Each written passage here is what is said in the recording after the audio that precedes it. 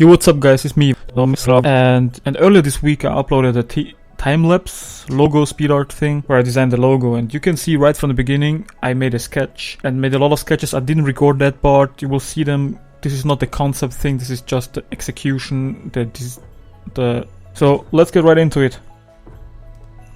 So yeah, as you can see, I am getting a general shape going, like the lines are all quick and like longer than they should be, but I shorten them so they are like more edgier, more sharper, thinner. I don't know how to say that, but as you can see, I fix it all later. I just kind of feel that they feel better if I do it this way. I could have done it in vector, in Illustrator or something, but the budget wasn't there. The guy, Zaitr0s, wanted a simple logo, nothing fancy. So, you know, I usually do all my logos in vector, but he didn't want it, so I didn't make it. There's a little pause, I don't know what I did. Okay, here I go. I'm doing all the letters on a separate layer and just outlining the black thing, like I do with all my drawings pretty much. But yeah, it's not nothing else than a drawing. If you look at it, it's the same kind of process. Usually I would say, like I said already, I would usually go in and make a vector logo in Illustrator, but this time I didn't, because the budget wasn't there. You always have to keep the budget in mind. You can't do the most fancy logo with a low budget, it doesn't pay off at the end. So I always have to see how much time I can put into it without putting too much time into it, you know, it has to be worth it at the end.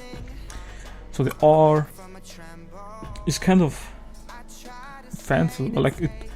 I tried to make the letters look like cool without them looking weird. I like how the T and the R flows. The O and S could have been better, but I tried a lot of versions of them and they didn't quite look right. So I just kept them like this. Pretty much done with the outlines, fixing the last few parts. So yeah, now I'm going in and I'm putting like a few details around it because it's gonna be printed on a t-shirt and it has to look cool. So simple text would have been boring. I have this kite right now. I will blur this thing out because you can't see what I'm writing with the client. Just quickly. Okay, I'm back in there. Adding a lot of details because it's boring if you add the text alone, like leave it there like it was. It did look good, but I wanted to add more. This is why I make the narrated versions, so you can see what I'm doing now. If you have seen it, I have selected the whole inner text, expanded the area, and made a gradient all over it. And now I made an overlay layer. And with black, I'm adding these darker areas, like the shading.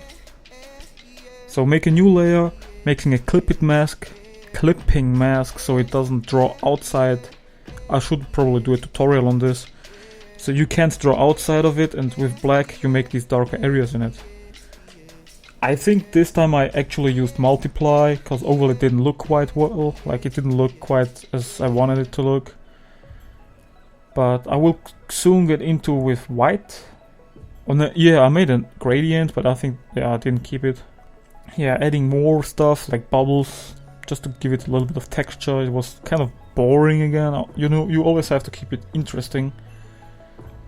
Adding a few bubbles and stuff. I don't know. It looked quite good at the end, in my opinion. Yeah, now we'll like add highlights, I think. Yeah, highlights. See, overlay layer, make a new layer, clipping mask, set it on overlay, the blending mode, and draw with white over it. I'm clicking outside a lot. I don't know, I usually don't record this, but I'm doing this live now, so. Yeah, as you can see, also around the bubbles a little bit, so to give it a bit of depth, like the bubbles are more deeper, like not only a texture. Kind of blur this thing out, Discord. Yeah, now I'm trying to add like a 3D effect, a fake 3D effect. Like, I think the fake look kind of looks better than the real 3D look. But I just didn't stick with it. But I added a darker outline, as you can see, because it looks better if it's like dark around. See, the boulder area on the left looks way better than on the right. This is the look I wanted initially, but my brush was just too thin. I get the question a lot what brushes I use. I use all standard brushes. I don't really use custom brushes. If I need custom brushes, I'm making my own. But other than that, I don't really use any custom stuff. Same with the old Clip Studio, Manga Studio brushes. Pretty much done, I think. Will I add another layer? I don't think so. I'm just fixing up a few parts. See, now with the details it looks really well, like really cool. Now making it like a bit torn up, like it's broken or something. This was a bit too much detail. I would do that right now. Will I go back? No. Well, it doesn't look too bad. So yeah, give it a little bit more detail even than it already has. I think it looks really cool.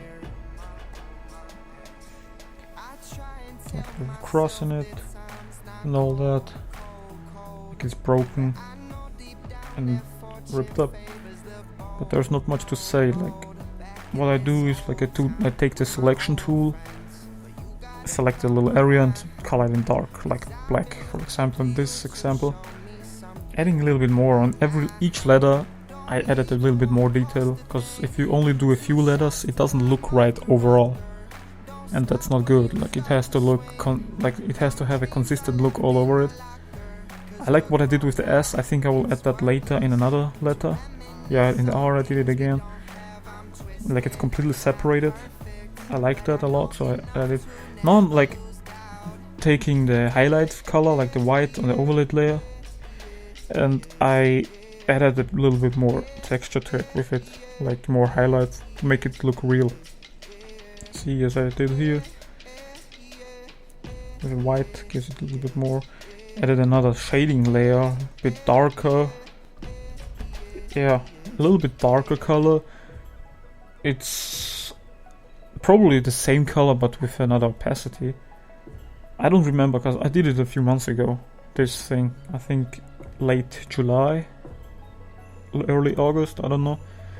But yeah, I later did a few more versions. I made like a purple, this is the purple version. I made like a blue-green version and this orangey pink rose, I don't know, version. I probably should know my colors, but yeah, as you can see, I am fixing the details a little bit, because the black area around it, the black lines, kind of destroyed the whole look. Now, see, I'm playing around with colors. I later went into Photoshop. This is what will happen right now. Yeah, I'm in Photoshop. And I made a few versions, like with white outlines, which also looks very cool in my opinion. Like inverted colors. It turned out like I made like 4 versions of it.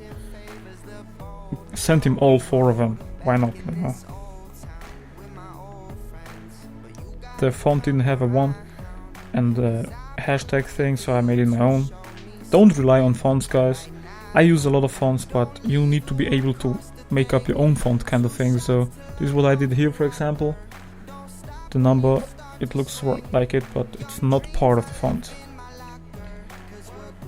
That's pretty much it. Like I don't even know what I'm doing here anymore. Cleaning it up probably so he can use it. But thanks a lot for watching, guys. If you want more of these, please subscribe and leave a like. Let me know in the comments below. I need to find time for these. These take up like 20 more minutes to record and edit. But it's definitely worth it. If you want more, please let me know. This is about it for me. Peace.